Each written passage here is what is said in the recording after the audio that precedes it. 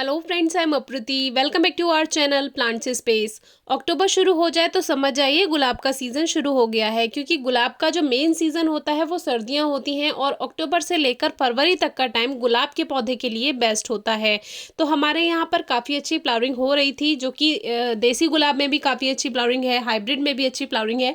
लेकिन अब टाइम था प्लांट की कटिंग प्रूनिंग करने का, और हमने कई बार आपसे कहा भी है कि अक्टूबर में फर्स्ट वीक में या सेकेंड वीक तक आपको प्लांट की कटिंग प्रूनिंग कर लेनी चाहिए। लेकिन इस बार मौसम में गर्माहट थी, इसीलिए हमने लेट किया, थोड़ा जानबूझकर ही इसको लेट किया, क्योंकि अभी भी दिवाली के टाइम कितना मौसम ठंडा हो जाता है, लेकिन अभी भी गर्माहट है। तो हमने टेम्परेचर को देखते हुए थोड़ी सी प्रूनिंग का टाइम इस साल पहली बार लेट कर दिया है। लेकिन इससे प्लांट्स में कोई खराबी नहीं आएगी, क्योंकि इस बार रेनी सीजन भी काफ़ी लंबा चला, काफ़ी टाइम तक बारिश होती रही और अभी भी मौसम में इतनी ज़्यादा ठंडक नहीं आई है। टेम्परेचर थोड़ा सा अभी हर साल के जो कंपैरिजन में देखें तो थोड़ा सा डिफरेंट है। तो जिन प्लांट्स पे अभी फ्लावर बड्स आ रही हैं, क्योंकि आज हो गया है 29 अक्टूबर, 29 अक्टूबर, तो अभी क्या है, हम सोच रहे हैं दिवाली के बाद जिन पे फूल आ रहे हैं उनको कटिंग प्रूनिंग करेंगे। बाकी जिन पे अभी फूल नहीं आ रहे हैं उनकी हम आज ही कटिंग प्रूनिंग कर देंगे, क्योंकि फूल की ज़रूरत पड़ती ही है पूजा पाठ में। और मेरे यहाँ गुलाब में बहुत फूल खिलते हैं, रोज़ मुझे पूजा के लिए फूल मिल जाते हैं गुलाब के, काफ़ी अच्छी फ्लावरिंग है। लेकिन फिर भी टाइम से अगर काम करना है तो वो तो करना ही है। इसका हमने पहले भी आपको बताया है, कोई लालच आपको नहीं करना है। कलियां आ रही होंगी लेकिन आपको मन को पक्का करना होगा और प्लांट की कटिंग प्रूनिंग करनी होगी, तभी सीजन में प्लांट आपका अच्छी ग्रोथ करेगा। इस समय रिपोर्टिंग करना चाहते हैं तो रिपोर्टिंग भी कर सकते हैं, लेकिन ये काम भी आपको जल्दी निपटा देना है, क्योंकि अब आगे इसमें न्यू शूट्स आएंगी और फिर फ्लावरिंग भी तो करनी है, तो प्लांट को टाइम से तैयार हो जाना चाहिए। अब ये सफ़ेद देसी गुलाब है, इसको हम सॉफ्ट प्रून करेंगे। देखिए इस पे भी कली है, तो इस पे हमें फूल आते ही रहते हैं। एक वाइट है हमारा जो गुलाब है वो बहुत अच्छी फ्लावरिंग कर रहा है, एक पे थोड़ी कम हो रही है। तो इस तरह से इसकी हम हार्ड प्रूनिंग नहीं करेंगे, थोड़ी सी इसकी हम सॉफ्ट प्रूनिंग कर देंगे। सॉफ्ट भी नहीं करेंगे, आप सेमी सॉफ्ट कह सकते हैं, क्योंकि एक हमें इसकी बुश जैसी तैयार करनी है।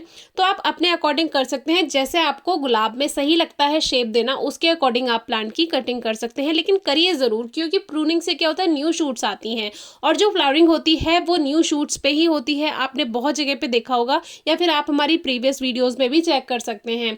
तो अब देखिए सभी हमने प्लांट्स में इस तरह से प्रूनिंग कर दी है। जो कुछ एक दो रह गए हैं जिसपे कलियां आ रही हैं, उस पर हम दिवाली के बाद उसकी कटिंग प्रूनिंग कर देंगे, क्योंकि दीपावली पर भी कुछ फूल हमें मिल जाएंगे उससे।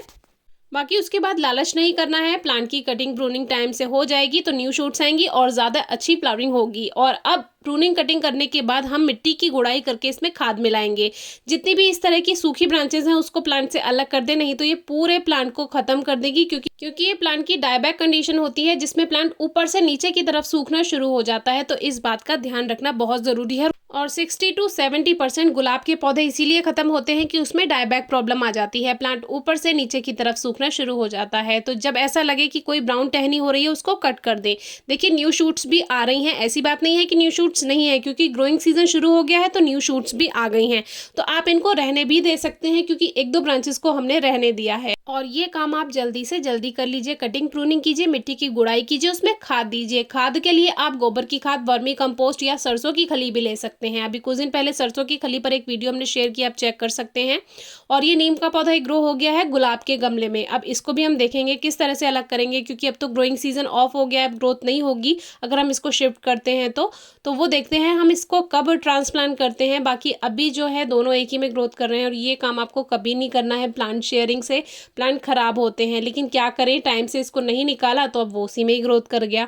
तो देखिए इस तरह से मिट्टी की गुड़ाई की, और अब इसमें इस तरह से 2-3 मुट्ठी गोबर की खाद डाल देंगे। ये काम आपको 20 से 25 दिन में ज़रूर करना है। कोई सा भी खाद यूज़ कर रहे हैं, चाहे सरसों की खली है पाउडर फॉर्म में या लिक्विड फॉर्म में, या वर्मी कंपोस्ट है, या गोबर की खाद यानी काउडंग है, कुछ भी है।